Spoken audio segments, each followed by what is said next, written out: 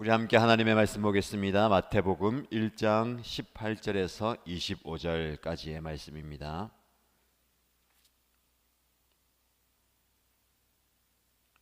마태복음 1장 18절에서 25절까지 말씀을 함께 읽겠습니다. 예수 그리스도의 태어나심은 이러하다. 그의 어머니 마리아가 요셉과 약혼하고 나서 같이 살기 전에 마리아가 성령으로 잉태한 사실이 드러났다. 마리아의 남편 요셉은 의로운 사람이라서 약혼자에게 부끄러움을 주지 않으려고 가만히 파혼하려 하였다. 요셉이 이렇게 생각하고 있는데 주님의 천사가 꿈에 그에게 나타나서 말하였다. 다윗의 자손 요셉아, 두려워하지 말고 마리아를 내 아내로 맞아들여라. 그 태중에 있는 아기는 성령으로 말미암은 것이다. 마리아가 아들을 낳을 것이니 너는 그 이름을 예수라고 하여라. 그가 자기 백성을 그들의 죄에서 구원하실 것이다. 모든 일이 일어난 것은 주님께서 예언자를 시켜서 이르시기를 보아라, 동정녀가 잉태하여 아들을 낳을 것이니 그의 이름을 임마누엘이라고 할 것이다 하신 말씀을 이루려고 하신 것이다. 임마누엘은 번역하면 하나님이 우리와 함께 계시다는 뜻이다. 요셉은 잠에서 깨어 일어나서 주님의 천사가 말한 대로 마리아를 아내로 맞아들였다. 그러나 아들을 낳을 때까지는 아내와 잠자리를 같이 하지 않았다. 아들이 태어나니 요셉은 그 이름을 예수라고 하였다. 아멘. 어제 우리는 예수님의 계보, 즉 족보를 살펴보므로 예수님의 그 혈통에 대해서 한번 묵상해 보았습니다. 오늘은 예수님의 태어나시는 정황, 상황을 말씀하는데, 예수님의 태어나심은 유대인들이 존경하는 아브라함과 다윗의 자손으로 온 그 계보와 함께 더 특별한 것은 성령으로 잉태되었다라는 것입니다. 오늘 본문의 말씀에 보면 그의 어머니 마리아가 요셉과 약혼하고 나서 예수님의 어머니 그리고 아버지인 마리아와 요셉을 이야기합니다. 약혼하고 나서 같이 살기 전에 유대인들은 결혼하기 전에 약혼을 최대 1년 가까이 기간을 가집니다. 같이 살거나 잠자리를 하지 않지만 결혼과 동일한 법적 효력이 있습니다. 그 약혼한 기간에 마리아가 잉태한 사실을 알게 됩니다. 요셉은 그 당시 율법에 의한 그 마리아를 정죄하거나 심판하지 않습니다. 만약에 이 여인이 약혼한 상태에서 아이를 가진다면 간음을 범한 것이 되고 그 결혼은 당연히 깨어지게 되죠. 그리고 심지어는 그 여인은 모든 사람들 앞에 돌에 맞아 죽어 마땅한 율법에 의한 정죄를 받아도 되는 상황입니다. 그런데 요셉은 그 약혼자에게 부끄러움을 주지 않으려고 가만히 파혼하려 하였다. 모든 사람들 앞에 간음한 여인이라는 것을 드러내므로 정죄받고 수치를 당하지 않도록 조용히 파혼하려고 합니다. 그런 요셉을 오늘 본문의 말씀 19절에는 마리아의 남편 요셉은 의로운 사람이다라고 말합니다. 의로운 사람, 의롭다라는 것은 정의롭다라고 표현할 수도 있겠죠. 우리가 생각하는 정의는 무엇입니까? 옳고 그름을 분별하는 것, 시시비비를 정확하게 가리는 것, 더 나아가면 누군가의 잘못을 드러내고 그것을 지적하고 그것을 고쳐주는 것을 정의, 의롭다라고 생각할 수 있습니다. 그러나 성경은 요셉의 의로움을 그렇게 표현하지 않습니다. 만약에 우리가 생각하는 정의를 한다면 어떤 연유로 이 약혼녀가 아이를 가지게 되었는지, 그 율법에 비추어서 어떤 잘못을 하게 되고 그 죄를 지으면 어떤 벌을 받는 것에 따라서 그 여인이 수치를 당하고 파혼과 함께 심지어는 그 정죄에 대한 결과로 죽음을 당하는 것이 될 수 있습니다. 그런데 그는 의로운 사람이라서 그렇게 하지 않고 오히려 이 여인을 불쌍히 여기고, 그리고 수치와 부끄러움을 당하지 않도록 배려하는 모습을 보게 됩니다. 여러분, 이 말씀을 통해서 우리가 보아야 될 것은요, 의로움은 사랑입니다. 하나님께서 저와 여러분들에 대해서 의로운 분입니다. 죄는 하나도 조금이라도 허용하지 않는 분이죠. 근데 그 의로움을 우리가 생각하는 의로움으로 드러난다면 이 땅에 살아남을 죄인은 한 사람도 없습니다. 하나님의 공의와 하나님의 의가 이 땅 가운데 드러내면 모든 죄인은 그 의로움 앞에 설 존재가 없는 거죠. 그러나 그 의로움이 사랑으로 표현될 때에 아들 예수 그리스도가 이 땅에 오시는 겁니다. 여러분, 오늘 본문의 말씀에 예수 그리스도의 태어나심은 이러하다라고 이야기하고, 그분이 성령으로 잉태되었고 그 과정 가운데 요셉이 의로운 모습을 보였다라는 것은 하나님의 의로우심을 우리에게 보여주는 겁니다. 하나님은 의롭기 때문에 그 의로움이 사랑으로 표현되어서 이 땅에 하나님의 의를 드러내기 위해서, 그 의를 사랑으로 표현하기 위해서 예수님께서 이 땅에 오셨다라는 겁니다. 여러분, 이 하나님의 의가 우리에게 사랑으로 다가오는 겁니다. 그 사랑의 모습은 요셉처럼 이 연약한 여인을 배려하고 돌아보고 수치와 부끄러움을 당하지 않도록 품어주고 안아주고 살려내는 겁니다. 이게 바로 하나님의 의로움이고, 더 깊이 들어가면 율법의 정신이 사랑과 자비입니다. 그런데 그 당시에 유대인들은, 특별히 율법에 정통한 바리새인들은 이 율법의 정신인 사랑과 자비보다는 사람들을 비판하고 정죄하는, 그리고 궁지로 몰아가는 모습을 보게 됩니다. 저와 여러분들이 이런 의가 넘쳐나기를 축복합니다. 그래서 누군가를 살려내고 누군가가 궁지에 몰려있을 때 그를 구해내는 이 사랑과 자비의 모습이 있으면 좋겠습니다. 자, 그리고 이런 요셉을 표현할 때에 마리아의 남편 요셉이라고도 이야기하죠. 그럼 저와 여러분들을 표현하거나 소개하거나 드러낼 때에 어떤 수식어가 있습니다. 이 요셉처럼 누구의 남편, 누구의 아버지, 어머니, 누구의 아내, 누구의 자녀, 이런 수식어가 있죠. 여러분, 그것은 우리의 진정한 우리를 말하는 것이 아닙니다.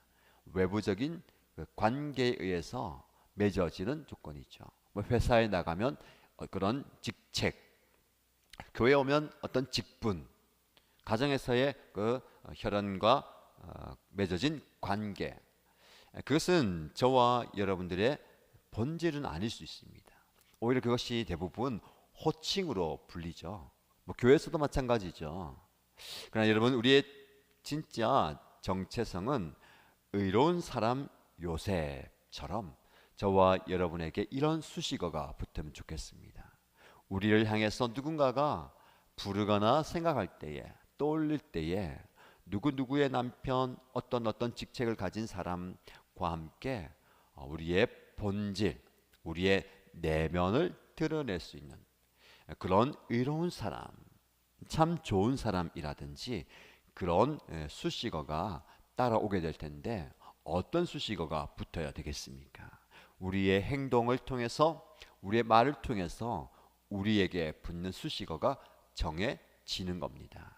저와 여러분들이 마리아의 남편 요셉, 그는 의로운 사람이다 라고 표현한 이 말씀을 통해서 저와 여러분의 수식어를 만들어 가시기를 바랍니다. 자, 이런 마음을 품고 있는 어떤 마음이죠? 약혼자에게 수치와 부끄러움을 주지 않고 조용히 파혼하려고 하는 그 요셉에게 그날 밤에 꿈에 천사가 나타나서 이야기합니다. 다윗의 자손 요셉아, 두려워하지 말고 마리아를 너의 아내로 맞아들여라. 그 태중에 있는 아기는 성령으로 잉태된 것이다. 마리아가 아들을 낳을 것인데 너는 그 이름을 예수라고 하여라. 그가 자기 백성을 그들의 죄에서 구원하실 것이다 라고 말씀합니다. 예수님의 기원, 잉태, 탄생에 대해서 이렇게 말씀하죠. 아들이 태어날 것인데 너는 그 아들의 이름을 예수라고 하라. 히브리어로 요수아, 그 뜻은 자기 백성을 그들의 죄에서 구원하신다라는 의미입니다. 그 예수의 이름대로 예수님은 죄를 사하시고 용서하시고 구원하시는 메시아의 사역을 감당하시죠. 그러면서 22절에 이 모든 일이 일어나게 된 것은 하나님께서 예언자, 특별히 이사야를 통해서 예언하신 바를 이루는 것이다. 부하라, 동정녀가 잉태하여 아들을 낳을 것인데 그의 이름을 임마누엘이라고 할 것이다 라고 하는 이사야 7장 14절의 말씀을 성취하는 말씀이다 라고 이야기합니다. 마태복음을 우리가 읽다 보면 이런 표현이 계속해서 반복될 것입니다. 그때마다 여러분들이 기억을 상기시키십시오. 예언자를 통해서 하신 말씀이 이루어지는 것이다. 구약에 능통한 유대인들이 이 예수 그리스도를 구약에 예언한 예언자들의 예언의 성취로 받아들이라라는 겁니다. 이름을 또 얘기하죠. 그의 이름을 임마누엘. 임마누엘은 하나님이 우리와 함께 계시다라는 뜻입니다. 본문에 짧은 본문이지만 예수님의 정체성에 대해서 말씀합니다. 예수 그리스도 임마누엘, 우리를 죄에서 구원하실 분이고 우리와 함께 하시는 하나님, 이분이 바로 예수님이다라는 것을 우리에게 증거하고 있습니다.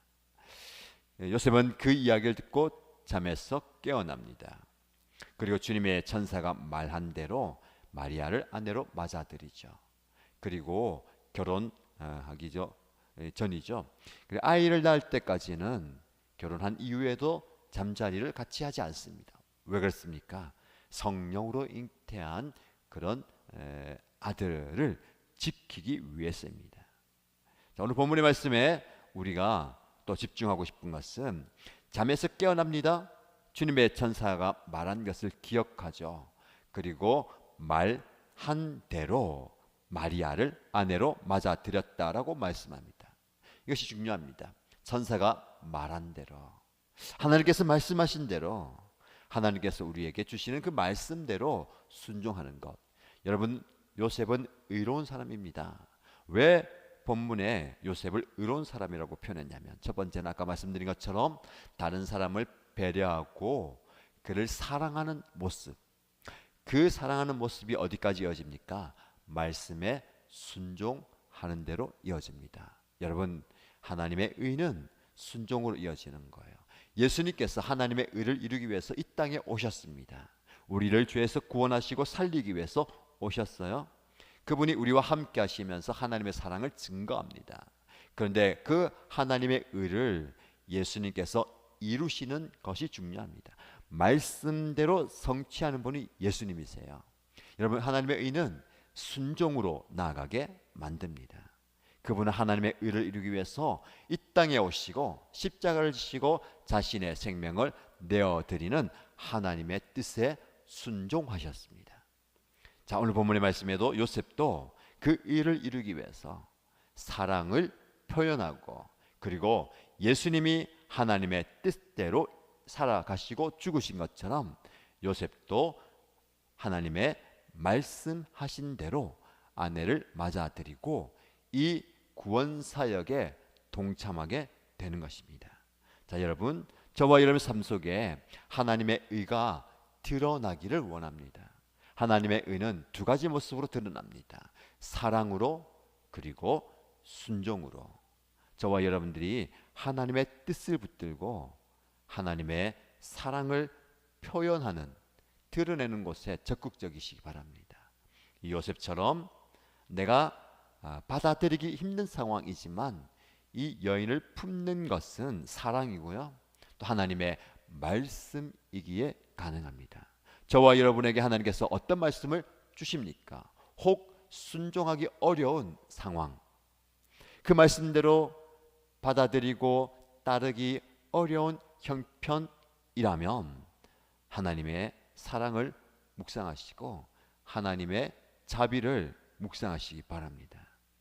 도무지 감당하기 어려운 그 버거운 그 말씀의 무게도 사랑으로 짊어질 수가 있는 겁니다. 예수님께서 지신 그 십자가가 바로 그거예요. 도무지 들고 갈 수 없을 만큼 무거운 그 죄의 짐이에요. 그러나 그분은 끝까지 그 십자가를 지시고 거기에 달려 죽으셨습니다. 사랑이기 때문에 가능합니다. 저와 여러분에게 이런 사랑이 넘치면 좋겠습니다. 2023년 한 해 하나님께서 우리에게 부어주시는 사랑의 그 은혜와 힘으로 그 사랑을 표현하는, 누군가를 향해서 품어줄 수 있는, 누군가를 살리는, 누군가를 또 세워주는 사랑이 우리 안에 가득하기를 주님의 이름으로 축복합니다. 이 의로움이 우리의 삶 속에 드러나는 한 해, 드러나는 순간순간이 되기를 주님의 이름으로 축복합니다. 말씀 붙들고 함께 기도하십시다. 첫 번째 기도 제목은 이 요셉에게 붙였던 수식어, 누구누구의 남편, 마리아의 남편 요셉. 저와 여러분에게는 어떤 수식어가 있습니까?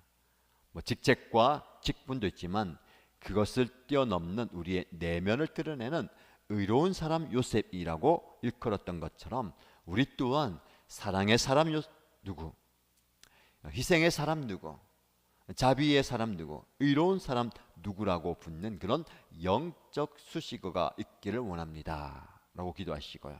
두 번째, 우리는 그 의로움이 사랑과 순종으로 드러나야 됩니다. 이 한 해 하나님 사랑이 넘치는 저의 모습 되게 하여 주시고 하나님의 말씀대로, 말씀하신 대로 살아가는 순종의 실천이 있기를 원합니다 라고 기도하시기 바랍니다. 자, 교회 공동체를 위해서 기도할 때에 이번 주일이 설날 명절이기 때문에 많은 분들이 출타하게 됩니다. 그러나 예배는 드립니다. 예배 자리에서 하나님의 은혜가 임하고 하나님의 영광이 임하도록, 그리고 출타하는 모든 이신가족들도 그곳에서 예배의 제단을 잘 쌓아갈 수 있도록, 특별히 설날 명절을 맞이해서 가정 예배가 회복되고 가정 예배가 은혜 가운데 세워지도록 기도해 주시기 바랍니다. 함께 말씀 붙들고 기도하시고요, 공동체를 위해서 개인의 기도의 제목으로 간절히 기도하겠습니다. 하나님 아버지, 오늘 말씀을 통해서 예수 그리스도의 그 공의로운 사랑의 실천을 보게 됩니다. 하나님께서 우리를 사랑하셔서 예수를 이 땅에 보내심으로 하나님의 의가 그것을 이루어진 것처럼 오늘 본문 말씀에 그 일을 드러냈던 요셉을 보게 됩니다. 그 요셉은 마리아의 남편이라는 수식어가 붙고 예수님의 아버지라는 수식어가 붙으나 그것을 뛰어넘는 의로운 사람 요셉이라는 그 수식어를 가지게 됩니다. 하나님 우리에게도 그런 영적 수식어가 있기를 원합니다. 하나님의 사랑 누구라고 생각해주시고 하나님을 사랑하는 누구라고 생각해주시고 하나님의 손을 의지하고 하나님을 의지하고 하나님을 신뢰하는 사람이라는 수식어가 붙게 하여 주시고 우리의 사랑, 의로운 사람, 사랑의 사람, 순종의 사람이라는 수식어를 가지고 살아가는 것을 되게 하여 주옵소서. 우리의 직책과 우리의 직분이 나를 드러낸 것이 아니라 내가 하는 행동, 나의 말 한마디, 나의 삶을 통해서 나의 수식어가 붙여진 고백을 합니다. 하나님, 나는 어떤 사람으로 하나님 앞에 비춰지고 있고 내가 어떤 사람으로 다른 사람들 앞에 비춰지고 있는지를 보게 하여 주시고 나는 반드시 나를 부를 때에 나를 상기하고 나를 기억하고 나를 생각할 때에 어떤 사람으로 생각하는지에 대해서 말씀하여 주시고 깨닫게 하여 주시고 그러내 주시고 아버지 하나님께서 그 말씀의 사람, 하나님의 말씀에 순종하는 사람, 희생의 사람, 배려의 사람, 사랑의 사람이라는 사람을 하여 주시고 그럴 때처럼 누군가를 사랑할 수 있는, 누군가를 살릴 수 있는 하나님의 사람을 세워주시는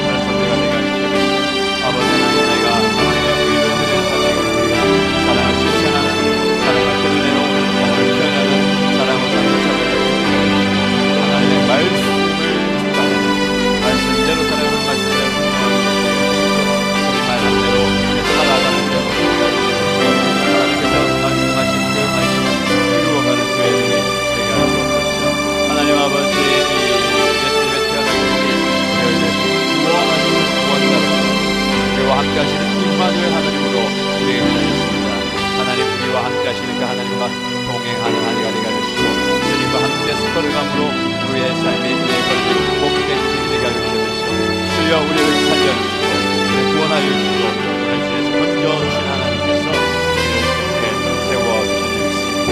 하나님 앞에 가는 이 길이 주님 앞에 걸어가는 이 복음의 길이 우리의 구원의 길이 무겁게 갑니다. 예수의 길을 기쁨으로 감당하게 하시고 주여 우리와 함께하여 주시옵소서. 우리를 동행하여 주옵소서. 우리와 이 걸음들을 보존하여 주옵소서. 아버지 주를 기도합니다. 주여 우리 교회가 아버지 하나님 예배하는 예배가 온전히 예배가 주옵소서. 이번 설명들을 맞이하여 많은 생각들을 하게 되는데 그래도 불구하고 하나님 예배할 때의 예배에 기름 부심을 하여 주시고 하나님의 놀라운 역사와 하나님의 은혜가 넘쳐나게 하여 주시옵소서. 주여 예배 가운데 임자하여 주시고 예배 가운데 역사하여 주옵소서. 예배를 통해서 하나님의 영광이 드러나게 하시고 하나님의 은혜가 드러나게 하시고 하나님의 주를 드러나게 하시고 하나님의 놀라운 하나님의 아버지 하나님의 예배와 역사를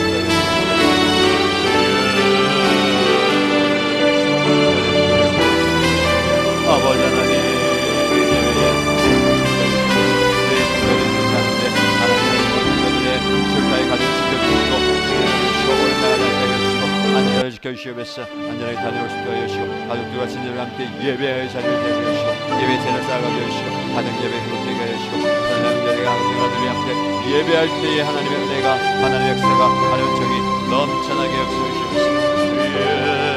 은혜 우리가 부어주시기를 소원합니다. 아버지 하나님 우리에게 살아가여 주시기 기도합니다. 아버지 하나님 우리에게 허락하여 주시옵소서. 아버지 하나님